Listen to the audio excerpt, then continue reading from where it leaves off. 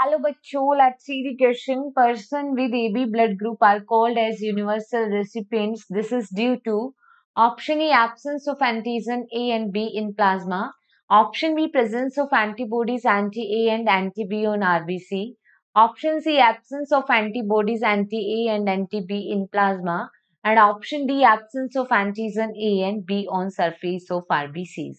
So firstly see about the key concept of this question, and here we are going to discuss about the universal recipient. देखो what is the mean by universal recipient?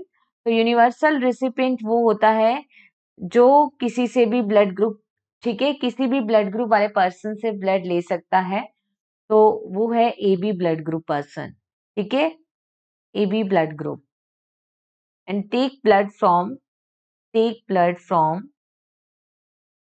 A B, A B and O, किसी से भी blood ले सकते हैं, that's why it is universal recipient. अब देखो कोई भी पर्सन का ब्लड ग्रुप है, ब्लड ग्रुप जो है it is decided by, blood group decided by presence of antigen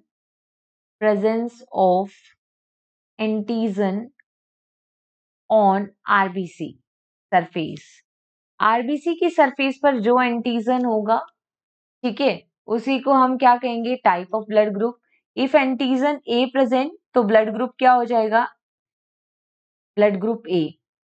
इसी तरीके से अगर इफ एंटीजन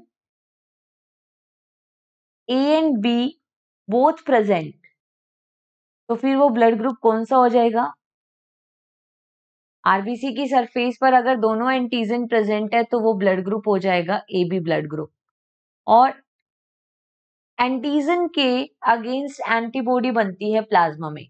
अब यहाँ पे ए बी ब्लड ग्रुप में ए एंड बी दोनों एंटीजन है, तो no antibody will be found in the plasma. कोई एंटीबॉडी हमें प्लाज्मा में नहीं मिलेगी, ठीक है, no antibody in plasma of blood.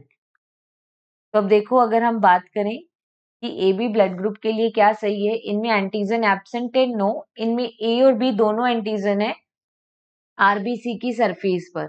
इन्होंने कहा है कि एंटीबॉडीज प्रेजेंट है, नो, इसमें एंटीबॉडीज प्रेजेंट नहीं होती. तो देखो absence of antibodies, anti A और एंटी बी दोनों एब्सेंट होती है प्लाज्मा में.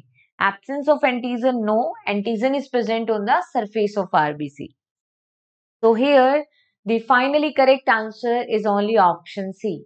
Hope you understood it well. Best of luck.